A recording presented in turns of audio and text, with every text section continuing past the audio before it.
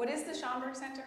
To me, it is home. The place where we come to see who we really are, not just somebody else's reflection of who we are. The Schomburg Center is a place of culture, it's a place of history, it's a place of knowledge. The Schomburg Center, to me, is a repository of all of the things that has documented our sense of worth as a people. For me, that means that it is a place of immense power. The Schomburg Center is a public research library and a cultural institution for the study of the Pan-African world. It is perhaps the best in the world. My Schomburg Center is Arturo Alfonso Schomburg. Arturo Schomburg said, Black history and culture and intellect exists at a time when most people didn't believe that. He collected those evidences, and that became the beginning of the collection. And it has expanded and has grown to where it is now a world-class institution. It holds over 10 million items. There's no parallel anywhere that brings to light what we as people of color have done, what we continue to do. Black culture is all of culture. The universals that animate everyone's life happen here for all people. The Schomburg for me is one of the center pillars of Harlem. When I started the journey of finding out about Red Rooster and Harlem, the very first place I went to was the Schomburg. Researchers from around the world come and use what we have here. I could not have written just about any of the books that I've written without the Schomburg Center's archives, resources. The Schomburg Center is much more than a library. We encourage lifelong learning and exploration. The Junior Scholars Program is a Saturday program with students from 5th grade to senior year in high school to help them learn about Black history and culture. Learning about my history is important because it teaches me who I am. The Schomburg Junior Scholars Program is going to do nothing but uplift them. So many talented and brilliant people have walked the corridors of this amazing institution over the years. From Octavia Butler to Toni Morrison and James Baldwin, Ella Fitzgerald, Alvin Ailey, and Harry Belafonte, who graced the stage in this room of the American Negro Theater. This place evokes great memories. It was a gift to us in our community to really try to find that space to reflect expressions of Black experience.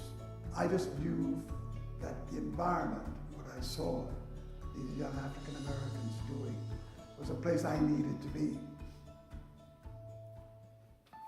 What is my Schomburg Center? I'm standing here at the Cosmogram, which underneath holds the ashes of the poet Langston Hughes. On the evening when this Cosmogram was dedicated, people began to empty out of the auditorium. A jazz trio struck up, and to my amazement, Amira Baraka went over and asked Maya Angelou for a dance. And they started to dance on top of the Cosmogram, on top of the ashes of Langston Hughes, and I felt what a fitting way to kiss the memory of Langston.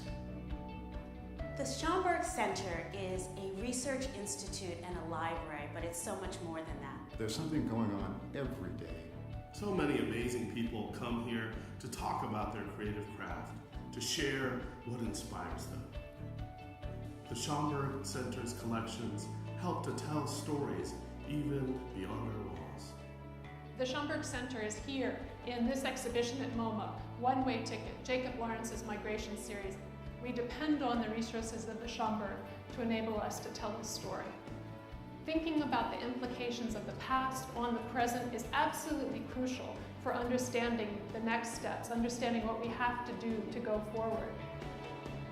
We today have the responsibility of making sure that new artists and activists, new scholars and poets know that this place continues to be a resource and a source of inspiration for the work that we must continue to do.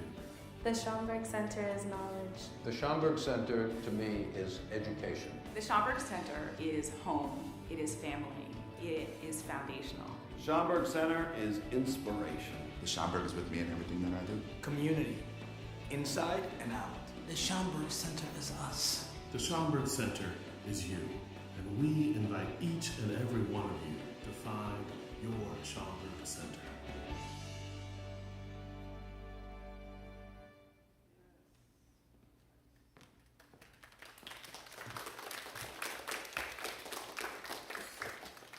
Good evening, everyone. Good evening, everyone. Thank you. And welcome to the Schomburg Center for Research in Black Culture. This welcome extends to those of you who are here with us in Harlem tonight, as well as those of you who are joining us virtually. My name is Joy Bivens, and I have the immense pleasure of serving as director of this historic institution, where every day we celebrate Black history and culture. Our collection of 11 million items attests to the lived experiences and creativity of people of African descent across the diaspora. We are a free public research library, and we encourage you to utilize our resources to engage your curiosity about the histories, the cultures, and the experiences of Black people. Of course, you can find us online at schomburg.org, schomburg.org, and learn more about us, our programming, view some of our collections, our digital exhibitions, and hear more about what is upcoming here at the Schomburg Center. In a moment, I will bring my colleague, Novella Ford, Associate Director of Exhibitions and Public Programs, to the podium to introduce the program and the guests who will grace our stage this evening. But before I do that, I simply want to share how delighted I am to see each of you and to be able to greet you this evening and share this space with you as we experience the brilliance of New York State poet Laureate Patricia Spears Jones, who is also in our collection. Her archives are here, so she'll talk a little bit about that. You can also view some of those items outside in the Langston Hughes lobby and know a little bit more about who we are.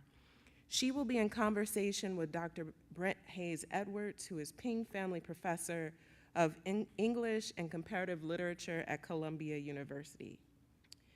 I would be remiss if I did not share with you some really important news that we are on the precipice of our centennial celebration. So next year, we will invite all of you to join us as we celebrate 100 years of the work and of preserving Black culture here at the Schomburg Center. Tonight, you're in for a good time, and I'd like for you to join me in welcoming Novella to the podium to share more about tonight's program and share more about our distinguished guests. Again, welcome to the Schomburg Center.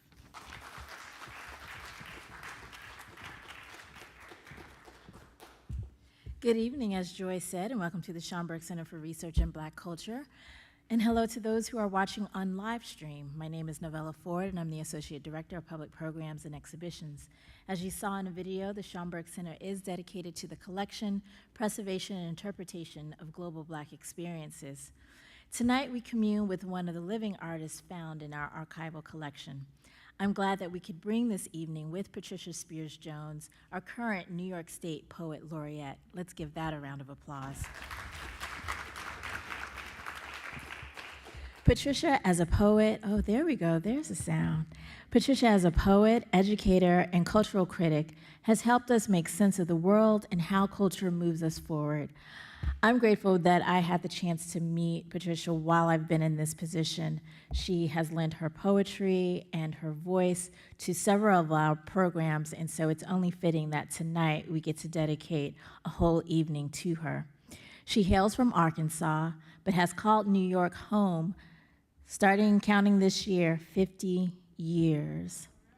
She currently resides in Brooklyn, and we are proud that tonight's program is an official 2024 Brooklyn Book Festival Bookend event. Bookends is a vital part of the Brooklyn Book Festival's mission to present programming that is hip, smart, diverse, and inclusive for New York City and beyond. Actually, I think those are all adjectives that could be used to describe Patricia: hip, smart, diverse, and inclusive. I mean, if you've ever seen her friend base and the people that she works with and how she advocates for folks in the arts, then you know that all of that is true. We hope that you can join us this weekend in downtown Brooklyn for the Brooklyn Book Festival Children's Day, which is on Saturday, and Festival and Literary Marketplace on Sunday, which is from 10 to 6 p.m. You can visit brooklynbookfestival.org for more info. Your support and attendance of programs helps to ensure that the Schomburg Center remains an intellectual and cultural heart of the Black community. And can you believe, as Joy has mentioned, next year will begin our 100th anniversary? 100 years we have been collecting and preserving, and we plan on doing it for another 100 years. So thank you all for the support that you've given us thus far. We hope tonight is just one of the many programs you'll attend over the course of the season. I will say you'll see fewer programs during this season as we prepare for the centennial, but of course they will be no less poignant and no less important for someone to attend and hear what we have to bring to the stage. This season showcases the breadth of scholarship and creativity, helping to expand our understanding of historical figures like James Baldwin, and crisscrossing geography to explore Afro-Mexican identity, redefining the history of Black data, centering and celebrating contributions by artists of African descent to the rapidly advancing field of new media art and the digital practice, and other ideas influencing contemporary society. Again, visit our website at schomburgcenter.org to learn more. A handful of programs I would like you to save the date for October. October 4th and 5th, we have How to Build a Fire, which is our two-day convening celebrating the 100th anniversary of James Baldwin's birth. This program is in collaboration with the Institute for Research in African American Studies and the Department of African and African Diaspora Studies at Columbia University. How to Build a Fire lovingly and critically reflects on the Black prints of that James Baldwin wrote for his time so that we can build and make our own interventions in the present.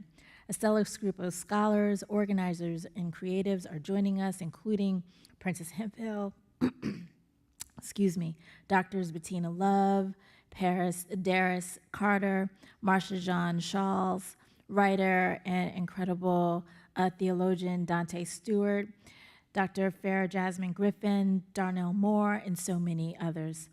On October 15th, we have an exhibition opening and reception that will fill our third gallery, which, James Baldwin is in one gallery. We have new contemporary photography, which is new acquisitions to the Schomburg Center, taken by Afro-Mexican photographers and really exploring the Afro-Mexican identity and just giving you a primer.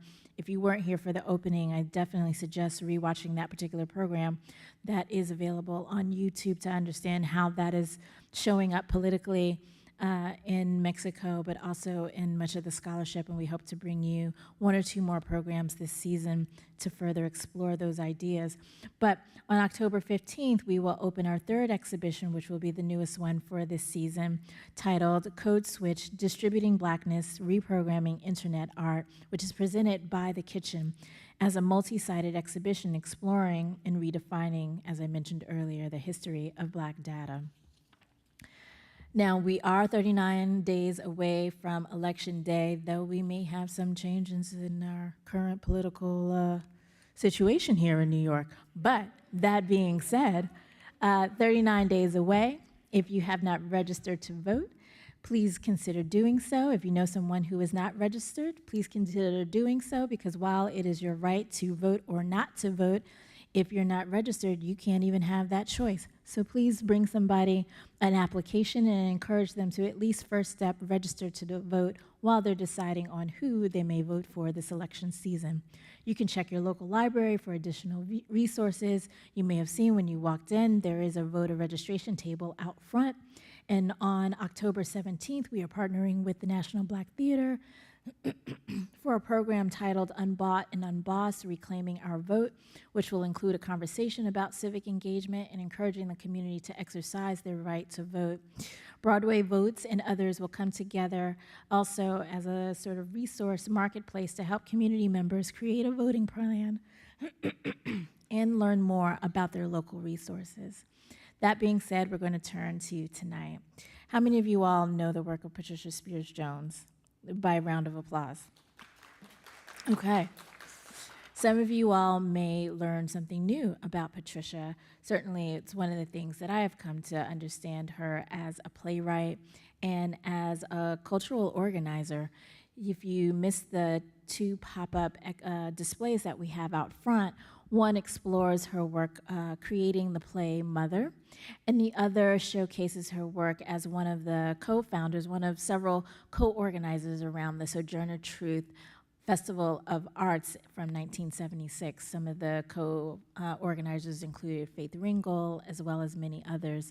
So hopefully we will get into that conversation with Brent Edwards. But Patricia Spears Jones is, as I mentioned earlier, the New York State Poet Laureate, a playwright, an educator, and a cultural activist. Winner of the 2017 Jackson Poetry Prize from Poets and Writers, Jones is the author of Lucent Fire, New and Selected Poems, and 3 full-length collections and 5 chapbooks. Her most recent book, The Beloved Community, was released in 2023. She co-edited the groundbreaking anthology Ordinary Women, an anthology of New York City women. In addition to her published poems, essays, memoir, and interviews, she has curated programs at the Poetry Project of for the Poetry Project of St. Mark's Church, and Jones is currently an adjunct associate professor at Barnard College. As you've heard many times, Jones' archives are housed here in the Manuscript Archives and Rare Books Division. This evening, we'll explore the evolution of her writing, the necessity of personal archives to shape one's legacy, and the use of the archives to develop new material. Jones will be in conversation with Brent Hayes Edwards, who is a professor in the Department of English and Comparative Literature at the Center for Jazz Studies at Columbia University. Tonight will be a conversation, there will be music, there will be poetry, so please sit back and enjoy all that this evening has in store. With that said, please take this time to silence your cell phone. We do not want it going off during the poetry. Certainly we don't want it to go off during the conversation. Patricia will sign books in the Langston Hughes lobby following tonight's conversation. You can purchase copies of Lucent Fire as well as The Beloved Community in our Schomburg shop, but I suspect that this is an audience that already has their copies, so please welcome Patricia Spears Jones and Brent Hayes Edwards.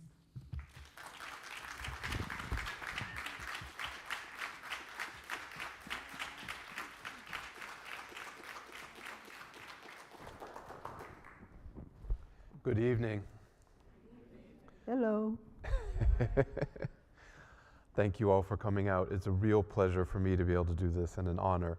We're here, as you've already heard, to celebrate one of, I would describe one of our great contemporary poets and the New York State poet. The recent book that, as you heard, will be for sale and Patricia will be signing outside afterwards. But we're also here to celebrate the archive, so her collection coming to the Schomburg, now here in perpetuity. So congratulations on that as well. And we're going to talk about the collection as well as her work. There's going to be some reading, there's going to be some music, but we're going to chat a little bit first. And I want to start with an archival fragment, if you wouldn't mind. I'll read it to you because I want you to react to it. I was looking at, so you weren't born in New York, you were born in Arkansas, you come to New York in 1974. I was looking at one of the many things you do in the mid-1970s. We'll talk about some of that, but one of the most important early publications you're involved in is the anthology Ordinary Women, an anthology of New York women poets of the mid-70s. You would call it, I think today we would call it a multicultural anthology because it includes not just African American poets, but also Latina and Asian American poets.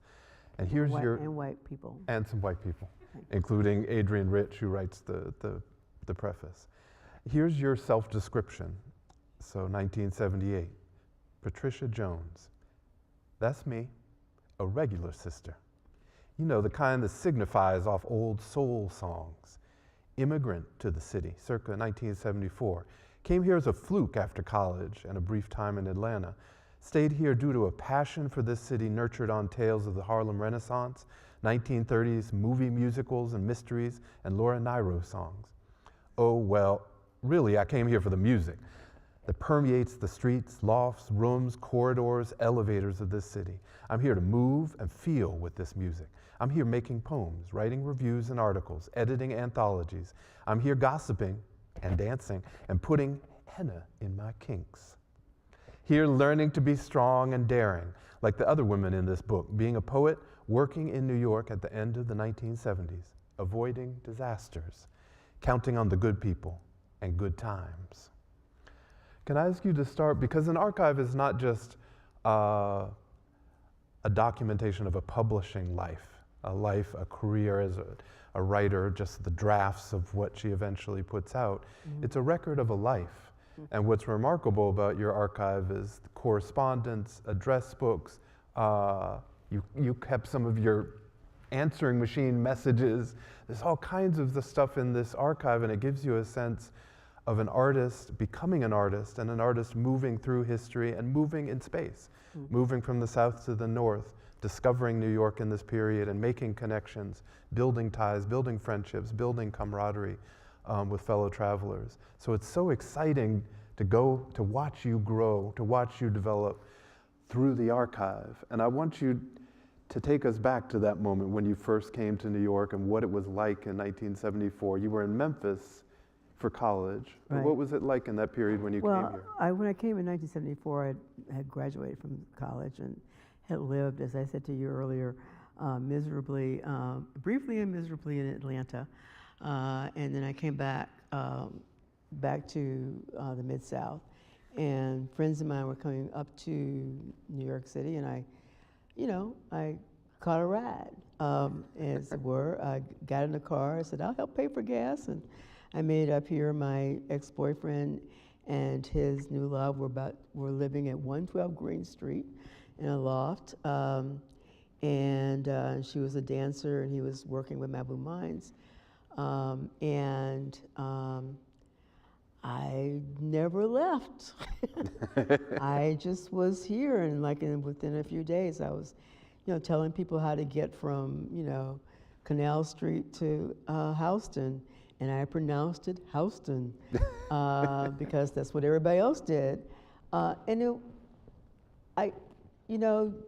Every once in a while, you wind up in a place where you feel utterly comfortable, where it just sort of makes sense.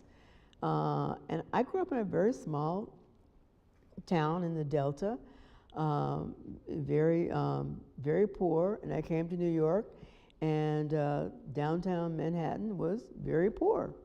It looked pretty familiar to me. The East Village was where poor people lived, and I had a million jobs and all kinds of stuff, but primarily I worked with Mabou Mines, which was created by Lee Brewer, Ruth Malachek, Fred Newman, David Warlow, Joan Acolytus, and Philip Glass. And so when I tell people I lived in Philip Glass's rehearsal loft for about a month, which I did on the 7th floor at 10 Bleecker Street. I was really skinny, people, walking up and down them stairs. And it's true. And I almost froze to death because there was no heat there. There was no hot water. But once I came here, I didn't want to leave. And so the person you encounter in that description was pretty true. Not only, because I love Philip's music, for instance. I used to go to the kitchen all the time. So the avant-garde stuff was totally cool to me. One of my ex-boyfriends was Scott Johnson, who passed away a couple of years ago. So it was really interesting and intriguing. And downtown Manhattan was a lot more mixed than people think it was. The New York Poets Cafe, the New York Cafe was there. There was another outpost of Latino culture on Avenue A. Fei Chang's, the Basement Workshop was downtown. There was, besides the Poetry Project and all these other, there was all kinds of stuff going on in poetry. At some point, Sarah Miles, Cynthia Cramen, and me started a series at Sabasics, which was a restaurant where famously one of the borough, what was he? What is it? What is the borough chief? Borough president. President killed himself.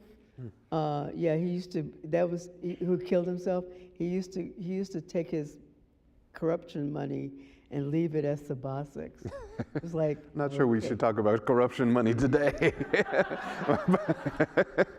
Times never change. Here we are. Yeah. Anyway, well, Sabasics, or the variation of it, is still there. You know, but the East Village was really amazing, and I almost, if I'd had my act together, I would have brought the straw hat that I'm wearing in that picture outside when I was a young woman. I still have it, and the red silk Chinese jacket that I bought at Knob Kerry from Sarah Penn's wonderful store. So, but the city was poor, and I still remember that headline, you know, "Forward to the city, drop dead," because that was for real. But also the city was cheap, so if you had $1, you could take the subway, you know. But famously, like most people who come to New York and you're downtown, I didn't go above 14th Street hardly ever at all. I think 3 times in 1974.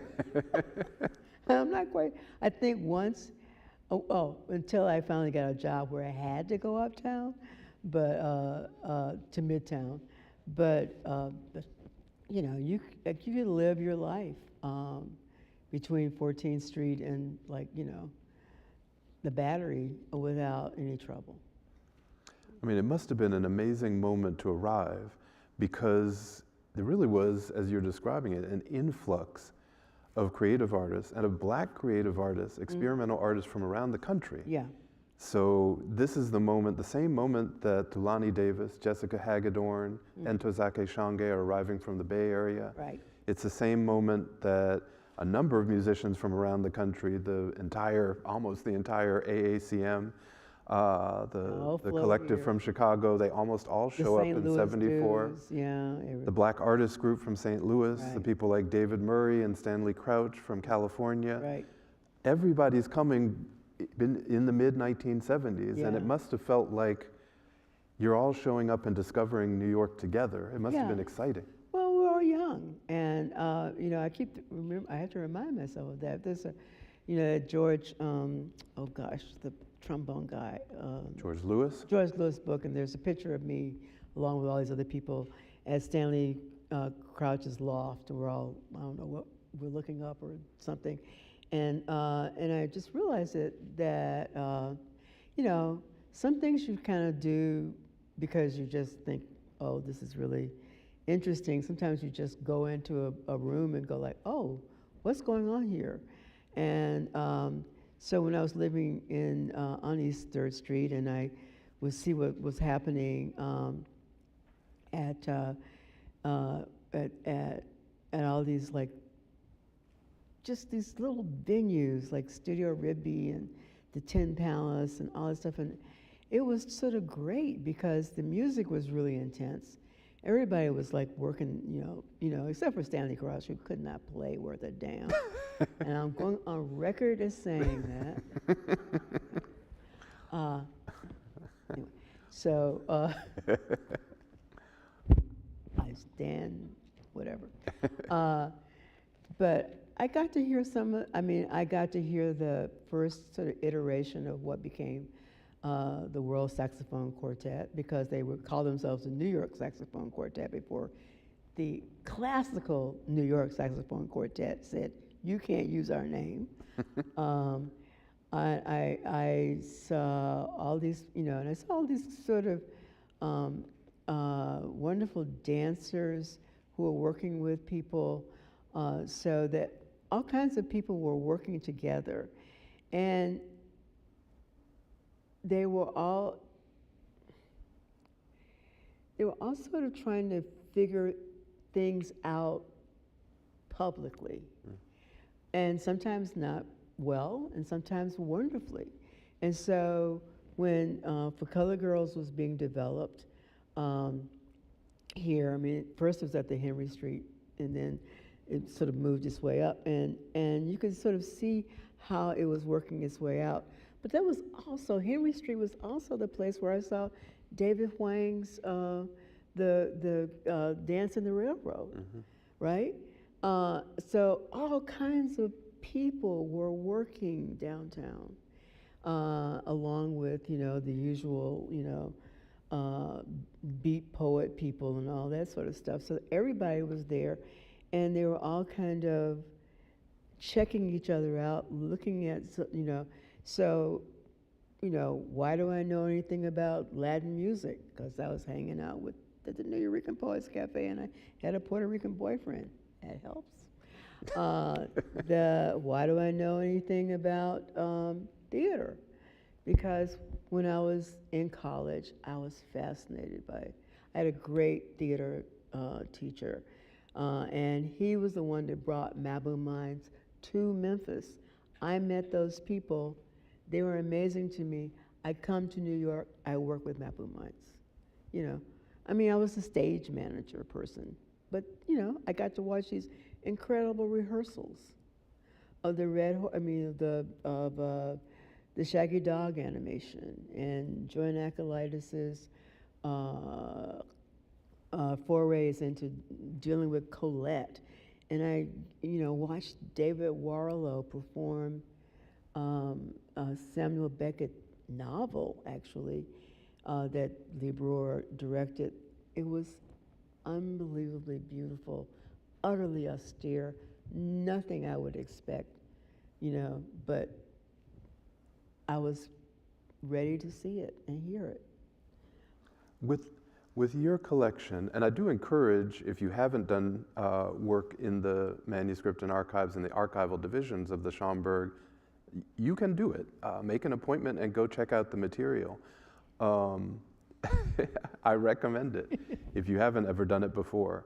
As I was saying, one of the remarkable things about your collection is that from day one, it feels like, from your arrival, you're collecting everything.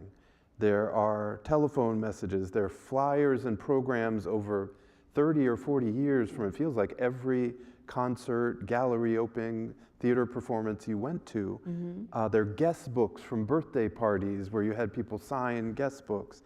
There's, of course, correspondence, and there are drafts of writing and the stuff you might expect in a writer's archive, but there are institutional records of the Poetry Project, of the Black Earth Institute, of the various organizations you were part of. Yeah. I teach a class at Columbia in the Rare Book and Manuscript Library, in the archive, using artists' archives, and one of the things I say to my students is, when you're looking at somebody's collection, you're not just looking at passive leavings, you're looking at them collecting. Because any archive is a set of decisions about what matters and what doesn't matter. Yeah. Do you keep that receipt or do you throw it out? Yeah. Is that letter important enough? Is your relationship with that person important enough to hang on to that thing? Even if you don't think you're going to end up in the New York Public Library one day. But it's really striking with your papers how deliberate it seems. And I wonder if you thought about yourself that way from the beginning, from day one, that I am here in the middle of this amazing ferment. I've got to document this. I've got to keep some records. Because it feels like that, looking at your papers. I don't know that. I don't know if it was, I think it's more, I think I did what my mother did, okay? Because she did that. You know, every obituary of a black person in my hometown, she saved. Every last one. She, you know, all of her letters, all kinds of stuff over, and I saw her do that, and I think I thought that, also I realized that if my name was on it, I better keep it, you know, because I don't know what was going to happen to me. I had no idea. and I wasn't quite sure. I mean, I didn't even call myself a poet until I was, probably close to 30. I said I wrote poetry, but I didn't say I was a poet. So, so some part of me was never that intentional, but I think it was a practice that I just knew needed to be done. And also because I was looking around and I thought, if I don't do this, who's going to? Who's going to, I mean, one of the things that I find problematic about a lot of writing about performance and things in the 70s is that it's sort of based on what people can find in the archives, but a lot of stuff is not there. Yeah. It's just not there yet. People may still be alive, or their stuff may be in somebody's attic somewhere, for every Carolee Schneemann who somebody grabs and gets, there's like 5 or 6 other women artists who didn't have that kind of level of support. And I think too is that as a woman, as a poet, I kept thinking, and you can see that in Ordinary Women, we really wanted, because it was really about all these young women, we wanted a multicultural anthology. B, we wanted each of the sections to be edited by a person from that particular community. And C, we wanted to have it reflect what was happening with young women at that point in time. And it was very interesting that, as I said, and there's an interview with me with Stephanie Anderson, I said, that some women did not want to be in that anthology because it was a women's anthology. I mean, we were, in the same way that there were all these black artists who at some point rebelled against being in all black shows because they were like, didn't want to be ghettoized. I can understand that. So it was like identity was sometimes both a help and sometimes a hurt. Yeah. Thinking about your writing through your archive, one thing that, as I was rereading, kind of thinking through the lens or in the wake of the archive, so many of the poems have an archival quality too. That, just to talk about the most recent, about the beloved community, I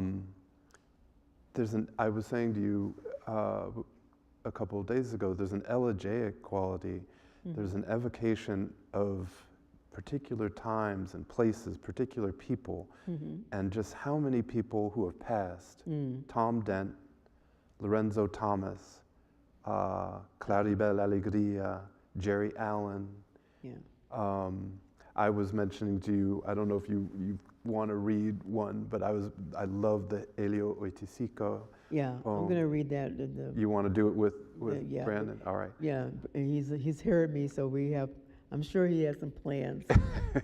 Yeah. Then you'll hear it in a few minutes. Yeah. But the poems actually capture a moment. The Steve Cannon poem, which is a poem that depicts you walking down Avenue A, I think the Tompkins Square side. Yeah. And it's a dream. And it also includes the wonderful Sandra Payne, who we lost a few years, 4 years ago. And so, can we read it? Sure. Okay. So one of the things, like there's in the beloved community, there are several poems about people from, there's also one for Hannah Weiner, who also was East Village person. But Steve was like, Steve gave me my first sort of writing gig, because I had to review Lorenzo Thomas and Cynthia, I just forgot her name. Oh gosh. Sin Zarko. Oh, thank God, I just remembered. Sin Zarko and Tulani Davis. All three of them in one of his, for one of his, and so he wanted me to really do that. But anyway, Steve was like, the glue for a lot of people, and in a very raucous community. And but he's also from New Orleans, and I'm one of the few people that actually, I went to New Orleans, I met Steve's father. Wow. And who Steve looked exactly alike, and his father was also blind, which was, I thought, interesting. Now, I just had like cataract surgery. I can see all the way back there, but it's not easy. Walking on Avenue A on the Tompkins Square Park side. We are walking, Sandra Payne and me, on an unpeopled Avenue A. It is dark, but too dark, and even in the daytime, it's dark on Avenue A. We walk on the sidewalk on the Tompkins Square Park side, no dogs. We see Steve Cannon driving a sedan. He rolls down his window. Want a ride? Sandra waves no, but I say, hey, he may be going further. So we go over to where he is parking his car. It's 7th Street. He parallel parks on Avenue A and 7th Street, so the garageman can check his car. This is the unblind Steve, the unglasses Steve. His eyes bright brown, but what is strange is his hair. He has too much straight black hair. It's a wig, a sort of Bad Beatles cut with bangs. Steve Cannon with bangs? He's smiling, but the hair is post-chemo wig hair. It's the worst haircut you've ever had and must cover it up, wig hair. Steve had that New Orleans mess with me hair. The wig is a rebuke of all that New Orleans flair. Steve smiles, patient with the garage man. His ride is a Volvo. It's roomy and safe, and he salutes Sandra and me, and we salute him back.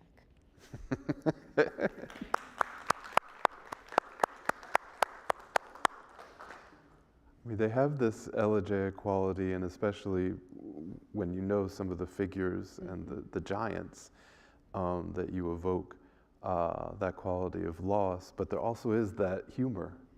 Yeah, it was like a strange dream, and the idea of, first off, the idea of Steve driving a car was the weirdest thing of all. And I knew it was a dream then because I said, Steve could not drive. He was blind. Oh no, but it was a gift. I mean, every once in a while somebody sends you. I mean, the Lorenzo Thomas poem was sent to me. The Steve poem was sent to me. I think the Hannah Weiner poem too. And I'm always mindful of something that Ishmael Reed said many years ago. It's like, as something, and he said there are more realms of consciousness than we even know are there. They're always there. There's more than just what we're doing right now. There's something else going on above, below, around us.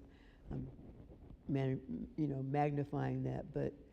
And every once in a while, I think somebody sends me words from wherever they are, and I think Steve was saying, "You're going to be okay."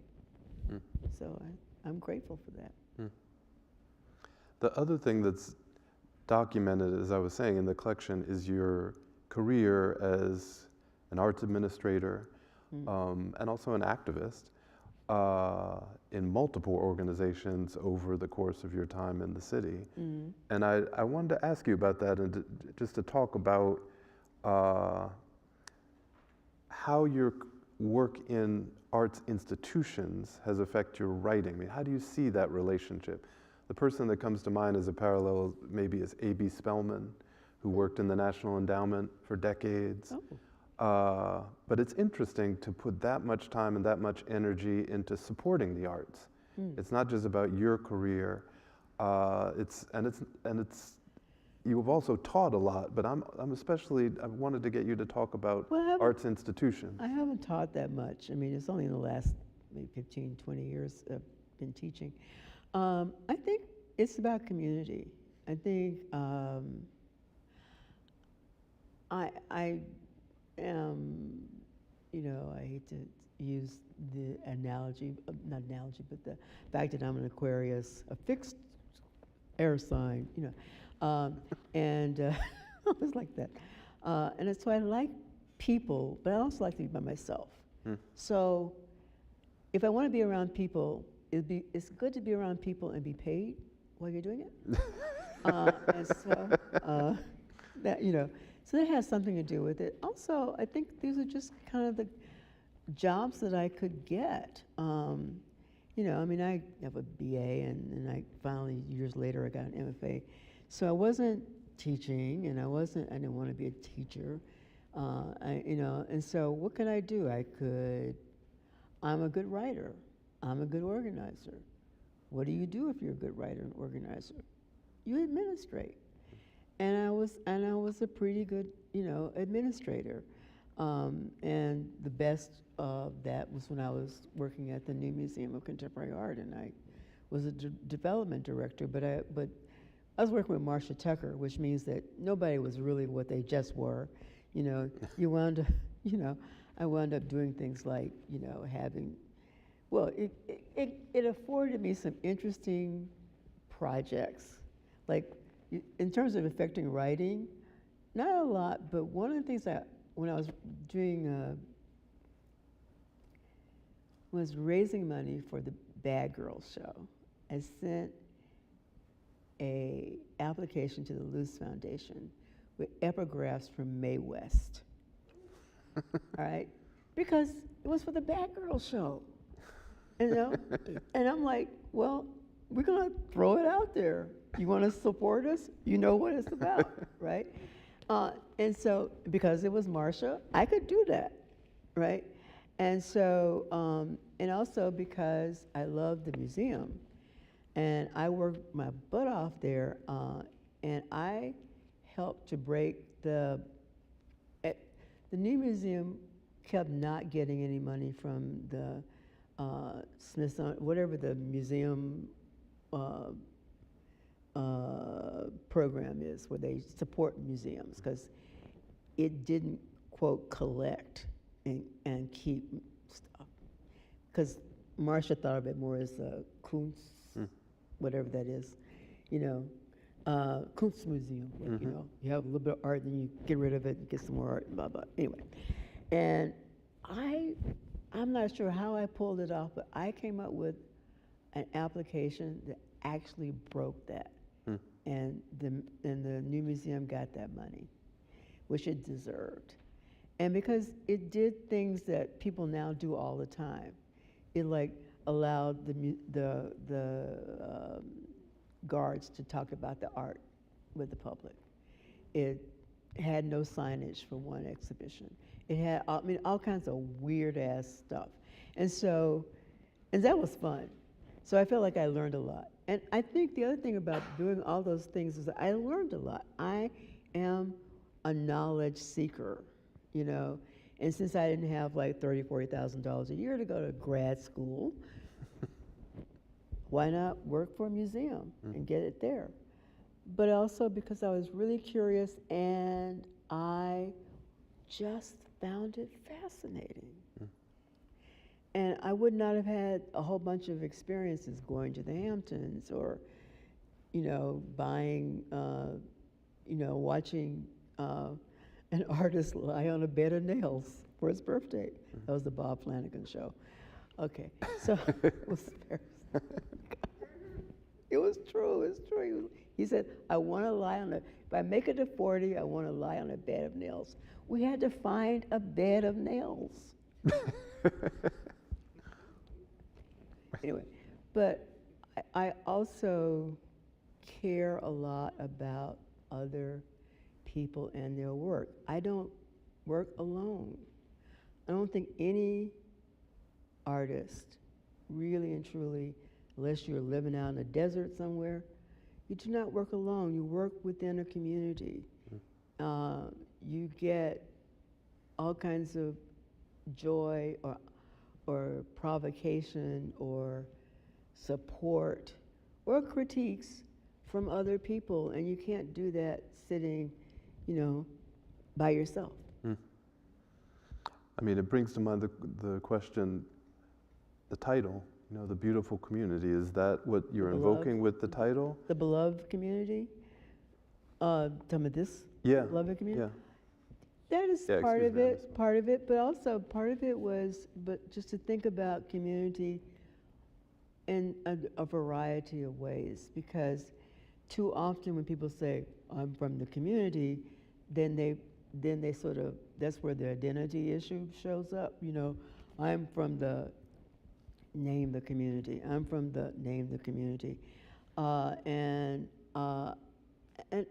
what I'm really interested in is how we move in and out of a variety of communities, some of which we understand completely, like our church community, or you know, if I'm hanging out with a whole bunch of feminists, we all kind of understand each other. Or sometimes they're sort of accidental. And so the title poem, The Beloved Community, is about that accidental intimacy, and another way in which you find yourself participating in a stranger's life. So much about what's going on in this country, and indeed in this world right now, is about not dealing with strangers, right? The anti-immigration stuff, all these things are about they should stay there, we don't want to deal with them, we can say all kinds of horrible things about them and don't care if they're harmed. And I just find that horrific. I really do. Well, it's a devastating poem, because I was thinking the beloved community in relation to all these artists that you're invoking. That too. To the Steve Cannons and the Tom Dents. All of it. And then that particular poem that's kind of in the middle of the book, the beloved community is neighbors. It's the Bangladeshi man in the laundromat, the Latino woman walking down the street and realizing that the African-American neighbor has passed away. These shared vulnerabilities, our shared precarity as human beings. And it's not necessarily that we're all artists, but we're neighbors. And I when I wrote that, I mean, and I realized when I named this thing, I said, well, this is a very small, very anecdotal poem, you know, but I thought, but it's so important, because most of our life, those things happen in most people's lives in one way or another. And we need to honor those moments, and we need to recognize those vulnerabilities and act on them, you know? Well, I think it's time for me to get out of the way and for Brandon to come out. And if Patricia is ready, we will have a reading with Patricia and Brandon Lopez, the bassist. Once they're done, they will read a suite of poems, and once they're done, we will have a little bit of time for question and answer comments. So we'll break, and you can go to the mics if you want to ask questions then. But are you ready? I guess they're going to move the podium, so all right. So somebody will have to do that, and then yes, I'll be ready. All right. But thank you so much. Thank you very much. Questions.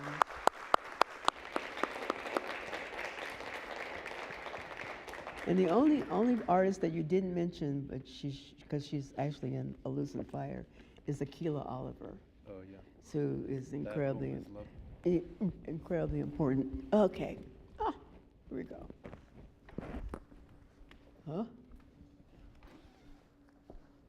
Should I start with the autumn poem, just to be corny? Okay. I'll start with the autumn poem because it's kind of corny. But it is autumn in New York. And they're fixing my mic. Can you all hear me? Yes. Thank you. All right. Autumn, New York, 1999. And I am full of worry, I wrote to a friend. Worry, she replied, about what? Love, money, health? All of them, I wrote back. It's autumn. The air is utterly clear and you can hear death music. The rattle of leaves swirling, the midnight cat howling, a newborn baby's 3 a.m. call for food or help or heart's love. At the market, the green, red, and yellow apples are piled high. Sweet perfume. Once I went apple picking in Massachusetts, a day of thralling beauty. My companions and I had no desire to leave the valley, the plump trees, the fierce pride of small-town New England, where a gift shop exploded gingham, calico, silly stuffed toys. We stood within the shrine to cloying femininity, of entwined hearts and ribbons and bows, like invading aliens, fascinated and appalled. Years later, it seems as if it was a dreamscape. Invented for the pinched speech world of mid-Massachusetts, and here too, people throng around the dahlias, the last of the bright, fat flowers, open, scentless. It is going to be a very hard winter, and we all know it in our bones. An almost atavistic memory with instruction: wear heavy clothes, hoard food, drink water, stand against the wind, listen.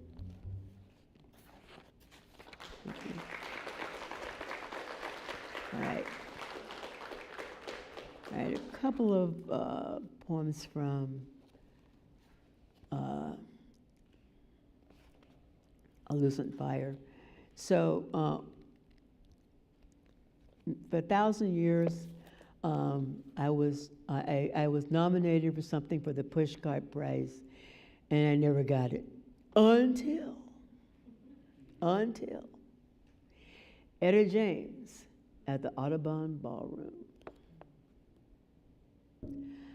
Someone knocks over a chair, drunk one, flight ready, but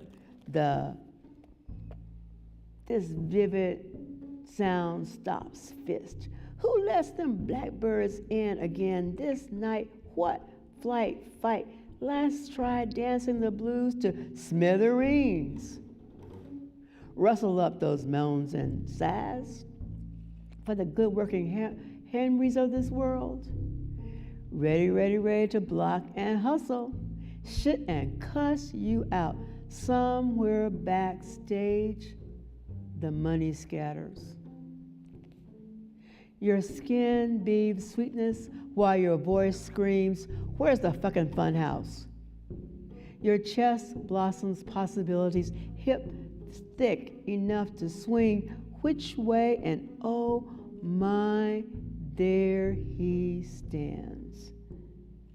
In suit sharp as steel and shoes patent leather, squarish frames, that wise guy demeanor, the tipped chapeau.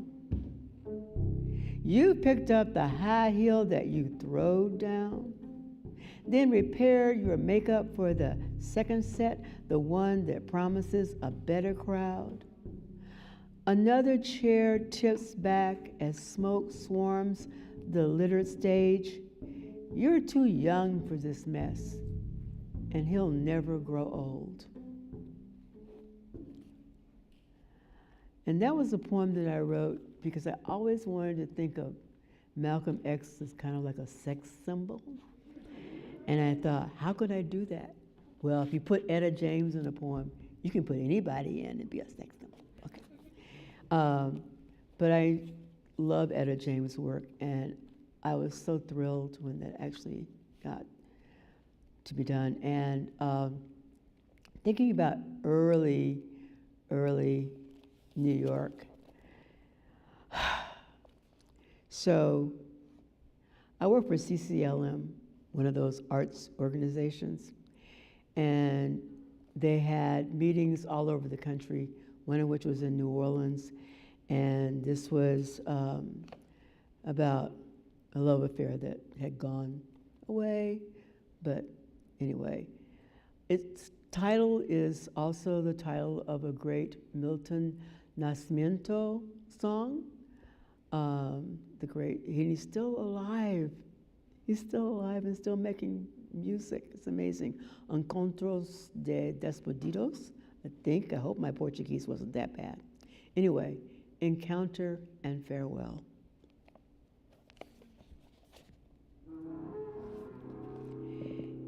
It's all foreplay, really, this walk through the French Quarter, exploring souvenir shops, each of them carefully deranged, as if the dust were to settle only at perfect intervals.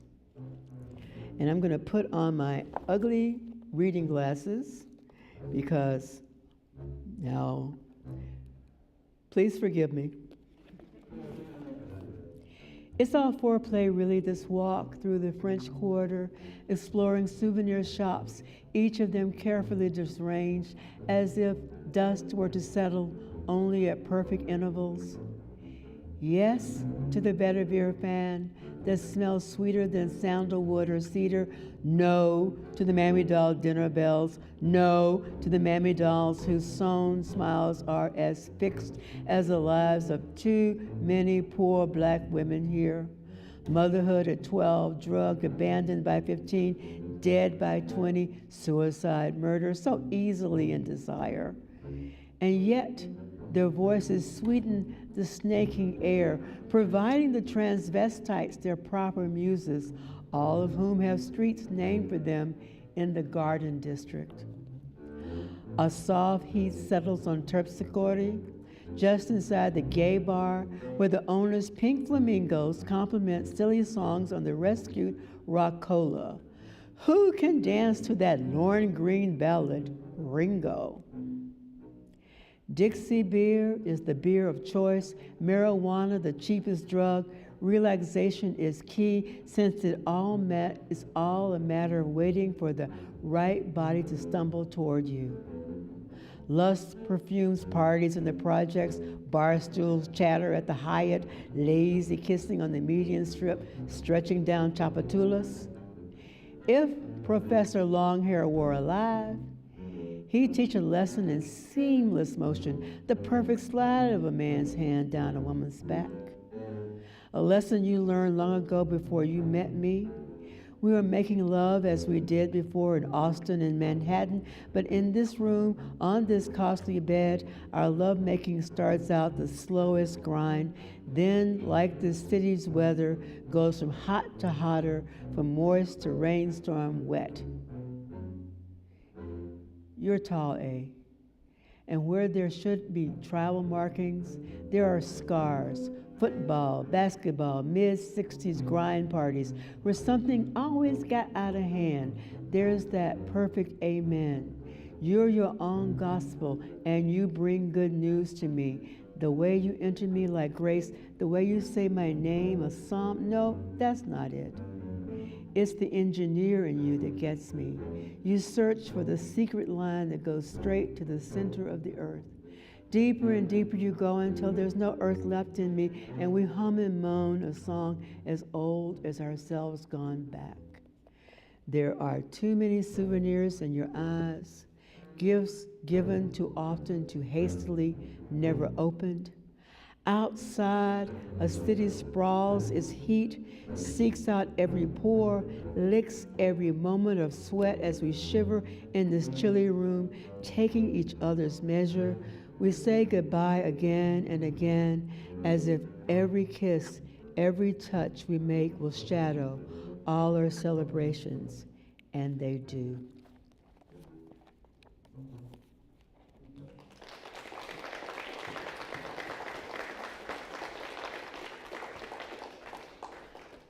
For Jerry Allen. She's sitting in the half-moon's cup. Earthly roads have led to this new geography. Planets and stars, dust returns.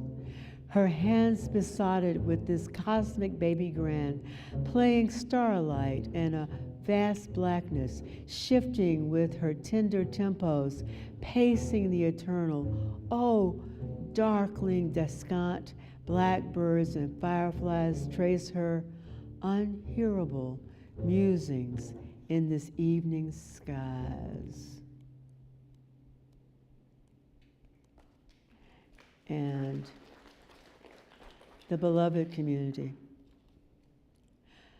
The Bangladeshi man walks slowly, so slowly, I know he is ill. He shuffles a broom about the laundromat, then sits in front of the largest dryer. Then a Latina comes in frantic, pointing at the flyer posted on the laundromat's window. What happened, she asked. The attendant says she died. But when? How? 2 weeks ago. 2 weeks, he says. He knows only this, dead 2 weeks. The memorial is for later in the day, a place far from Halsey. The flyer's crisp image of a black woman's face, smiling, young looking, but she was not young. 2 weeks. La Senora shakes her head, her purple-streaked hair tamed by her sadness. She always said hello. She was always smiling. She says this to me. I nod and try to smile with her memory. She looks once again at the image, black and white, utilitarian, on the glass surface, then walks out onto the sidewalk, undone by new grief.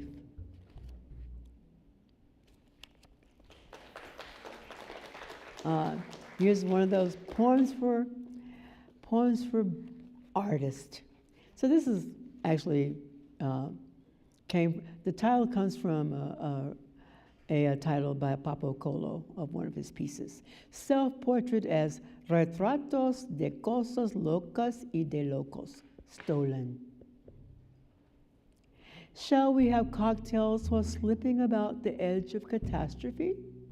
Gin and tonic for summer, whiskey sour for fall.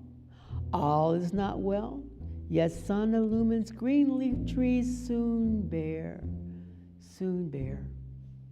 Our eyes prowl fence edges for morning glory vines. Our ears gallop from the booming bass of pumped up cars. Our legs move as swiftly as a catamaran and dock. We mock the heavens with calls for paradise now. Artists perambulating the shadowed alleys of downtown Manhattan. Memories of dream dulled and punk and rock clubs, filthy bathrooms. How much of what is still now in the body, in the bones of the body, calcium loss, teeth loose, wrists smaller so all bracelets jangle. Lips call repeatedly a song whose words are traces of tenderness, yet sung too softly, as if only whispers could make the world hear. And Betty Sart, since I should read something that was in the New Yorker. All right, so thank you, Kevin Young, for keeping this, putting this in. Betty Sart's Mystic Chart for an Unemployed Sorceress. So I saw this piece in this amazing exhibition at MoMA about 5 years ago. And what got me, besides the piece, was the idea of an unemployed sorceress, right? So, and then it gave me a chance to use the word runes, R-U-N-E-S, which you should never use unless you really have to, because, you know, it's a rune. My runes are in ruin. Little laughter here from my sarcasm. What to do? This chart confuses, conflates moon, which phase and honey, local or for some exotic shore? And what of money? My saving stuff beneath deflating mattress? Each cold day warns me that my resume is unworthy. Who will hire me? Now that my spells are so easily broken, my warnings useless. It is a wonder that I worked as long as I did. Incantations memorized and recipes for spells written in an ink too pale for visibility. each item sourced, the medicine worked, and then it did not. Was it the well of stories drying up, the fish scales stinking the kitchen table, the cat wandering away while spiders spread their cosmic maps unreadable to all but the other spiders? They cheer me. Again, I read the signs. Oh, how the signs obscure true knowledge, and I am blazed in this dark room, hungry, cold, and searching. Who is this thief, and why has she cast this curse? What must I do to bring runes from my parched throat, medicine back to my pockets? Okay, and a couple more. So, I'll end with that one. So everybody likes this poem because I made it all up, except for the name of Elio Artistica, who is a Brazilian artist whom I did not meet, but I wished I had. And he loved Jimi Hendrix, which I do. Everything about this poem is really funny because I even made up the epigraph. All my real life love interests are dead. They're artist and Latino and dead. Oh, that Brazilian guy. And you can hoop it up a little, yeah. Did I ever see Elio walking some part of East Village, curly-headed and densely packed with art and drugs and death's constant shadow? Was he on the corner of Avenue B and 10th Street drinking beer and ogling the pretty Puerto Rican girls? Was he ogling me? Or was he living in an abandoned warehouse, holding on to his pencil, pen, brush on paper, cardboard, found trash, or garment district fabric offloaded by a gang out of the projects, whisking splatter of heroin, lost income, dropped dangling from a cup of bitch's brew? Oh, how to speculate this mad Hendrix-loving artist movement in El Barrio, Lois Cider, or was he uptown, Spanish Harlem, or on the west side, Greenwich Village, hanging with the drag queens, early a.m., everybody tired from the bars, the piers, the crumbling edifices, circa late 60s, early 70s, Nueva York. Nueva York?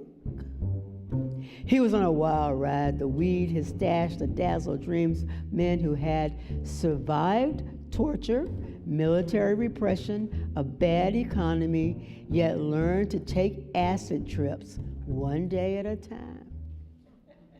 Oh, the love affairs we have with the myth. Oh, the what-ifs and that drug paraphernalia. Oh, night seeker ill-named moon winds your direction home. Thus is created this mixed up third world loud music, your lips dry from screaming in January wind, something mighty Hendrix, sun lack on a back, meant for napping, midday heat exhausted. Thus, the making of a hammock, a thing of beauty, backlit by the gallerist, while duct tape coil the rafters of some street legal post, fly, fish and fly. Pretended bait, tight pants dropped here and there as thriving masquerade of the handsome Brazilian who could have been the best bad news boyfriend ever. I love making up stuff. It's fun. All right, I'm going to read just two more. One is dedicated to Greg Tate, whose name often is brought up in this space, and for good reason.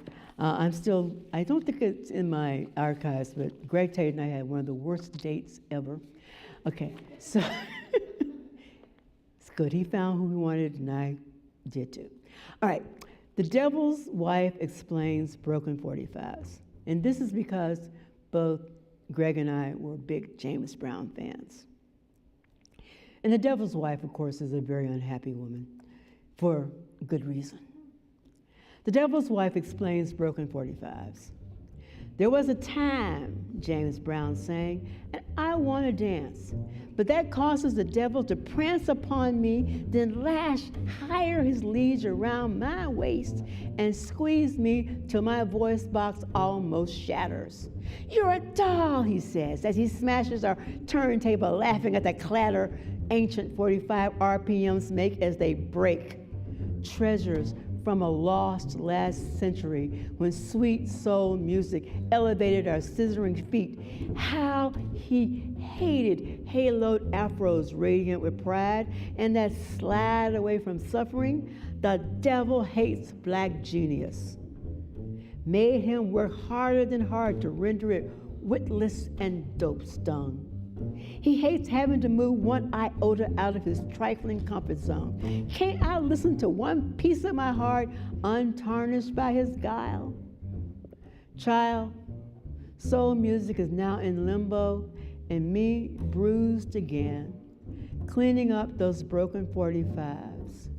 But somewhere on the other side of this sad kingdom, another woman augurs the audio and James Brown sings out, there was a time. And finally, I mention Malibu Mines a lot because they got me here to New York. And Lee Brewer, who died a couple of years ago, was one of the founders. And I still remember living in Lee Brewer's his rehearsal, his studio space on East 6th Street, where I had a can of tuna and the Alice B. Toklas cookbook as my companions. Lee Brewer dies, and I clean my stovetop. Oh, by the way, Clove is his daughter. Clove calls me at 10 a.m. or so. She lives in California. Her voice is rumbling, sad volume. You should know that Lee is in hospice. I did not know that Lee is in hospice. She says she had time to sit and talk to her father. Her brothers had time to sit and talk to their father. What a luxury. A break from distance placed between the living and the dying, those pandemic-built walls. But this is cancer. This is organ failure. This is old age. This dying. Thus the family makes traditional gestures for an unconventional man. His muses, living and dead, most likely shout him quiet, and the fast-talking man is mute. Who sparks your path is always a factor of fortune. Good fortune and light remains lit no matter the brambles. Bad and all is shadow and stumble and loss. Oh, fortune for me was good, and I cleaned my stovetop. The old stove's top has age stains and boiling over pots, stories and memories of landing feet first in the muck of art making, every memory a pebble, stone, rock of learning. Lions die in quiet or in roar. Lions die. The light moves to one more and one more and more. Pilot light, yes, pilot light. Thank you.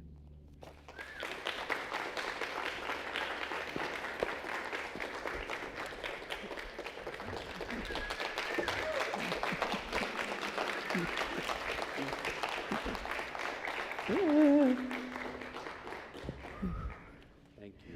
You're welcome. All right, we have a few minutes for questions or comments if anyone has some. We ask you to go to the back of each aisle. There are mics in the back, and there are lights being shown on them. Yay. If you have comments or questions for Patricia.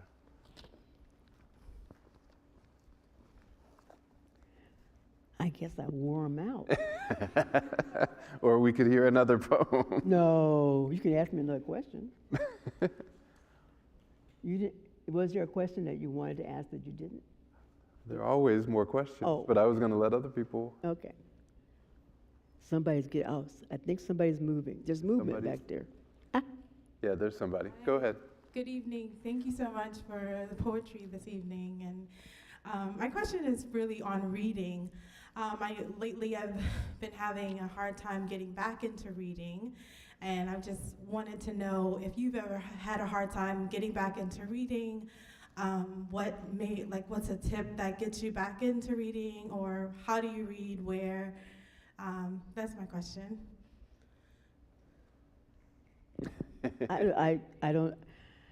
I watch K-dramas. I'm not sure. I'm the best person for that question.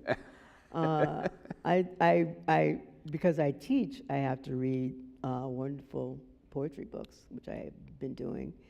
And I read like the Financial Times Weekend because I like the arts coverage and the essays. I don't agree with all of them, but it's fascinating to think about how people look at things from some other part of the world. And if somebody says, you really should try this, then sometimes I actually do try it. So, but I've never been out of reading. I think everybody needs a rest for their brain, so that's okay. We can just go side to side. Go ahead, over here. Oh. I moved here from Chicago, and super excited, right? To be a great poet. What advice would you give us, Black poets who are creating right now? None. You just need to write. You need to read and write and have your community. That's all you need. There's no magic bullet, there's nothing, you just have to do it. Because it's, I didn't, part of what you didn't, the reason why I worked in all those things, I didn't have a career in the way in which people have careers now. So I'm the worst person to ask that question because I didn't get my MFA until, I don't know, I was in my 40s. And I never got a real full-time teaching job ever. So I'm the worst person for that kind of thing. I think you just need to find the 3 or 4 or 5 people whose work you like and who like you and your work, and y'all make a core community and spread out from there. And also, don't just think about one discipline.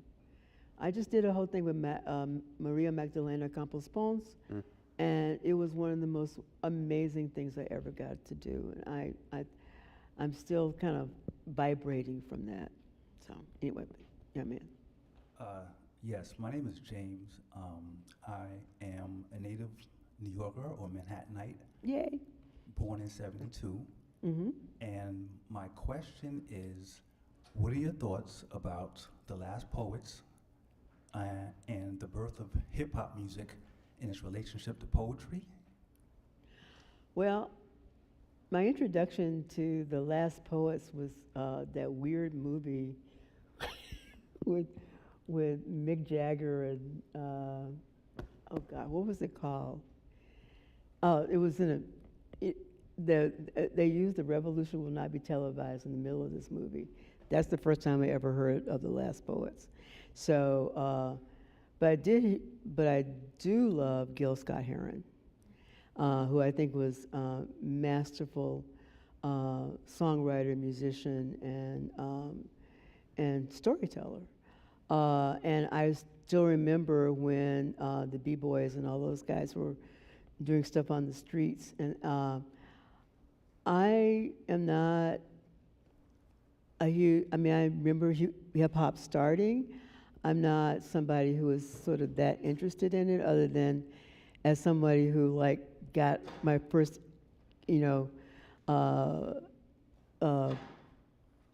is it? Oh gosh, running GMC's My Adidas back in the day.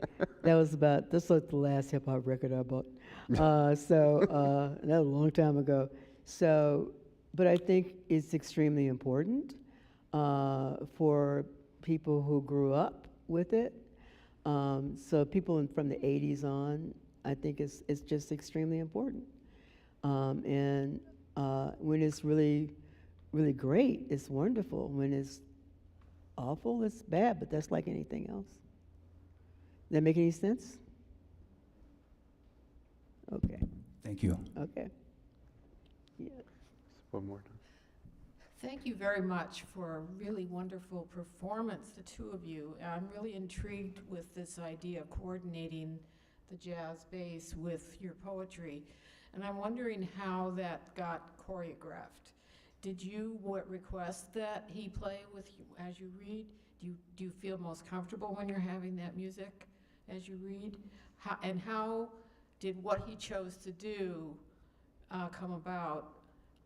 And did you collaborate over that? Well, I work with musicians often. I mean, I usually don't read with a musician, but we just thought it would be great to have somebody, and so thank goodness Mr. Lopez was available to do this. It's wonderful to read. Oh, are you okay? Are you okay? You all right? Okay. All right. Watch the steps. Yeah. Oh, hey, I threw my knee out once doing something like that. But I mean, it's a great tradition. I mean, I'm okay at it, but Jane Cortez, and she was like a rocket queen when it came to working with musicians. And so, yeah, it's a lot of fun. It's like. So do you ask that it be done in a certain way? No, this was totally improvised. It's totally improv. Yeah. Okay. Yeah. It was wonderful. Thank you. I like improvisation.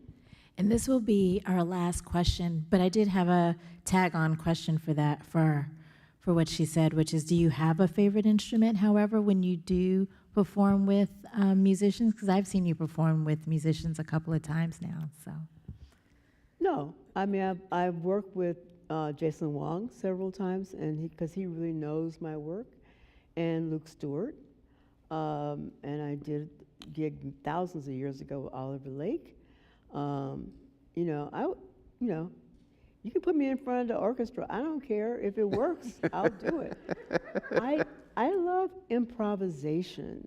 And maybe that's the thing about hip hop that maybe is one of the reasons why I'm not a huge hip hop fan, is because it doesn't seem improvised. It seems very carefully made, no matter even down to whenever the shrieks are. And so, but I like the idea of that if you stand here and do something, anything can happen and you don't know what it is. Yeah. Yeah, thank you. It's a privilege to be here. My question is, where does poetry come from? I don't know. Thank you. Yeah.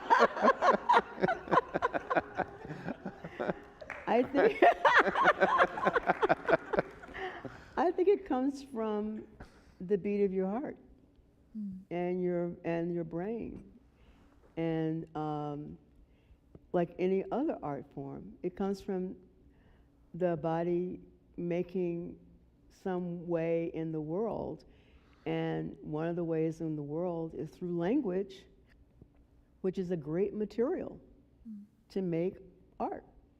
It really is. It's a difficult material, and it's often misunderstood, but that's okay. It's just got to be made. Yeah. Is that all right for you? Well, thank you. That was the perfect answer to the end of this conversation. Thank you, Patricia Spears-Jones. Thank you, Brent Edwards. Thank you, Brendan Dixon Lopez. Yes, did I say it all right? I hope so. Sorry if I did not. Malik Williams, who helped to curate the two pop-up displays out there. Kalila Bates, who's our producer. Of course, all of the folks in Tech and Park Boulevard. I always like to thank everyone at the top of the season as we work with them so diligently throughout the year. Thank you to our audience for being so attentive, for your encouraging questions, as well as your participation this evening. With that said, hopefully you have both of the books that we've mentioned, Lucent Fire, as well as The Beloved Community, which is the most recent book. We will have a book signing outside. If you have questions for Patricia, please meet us outside in the Langston Hughes lobby. Thank you again.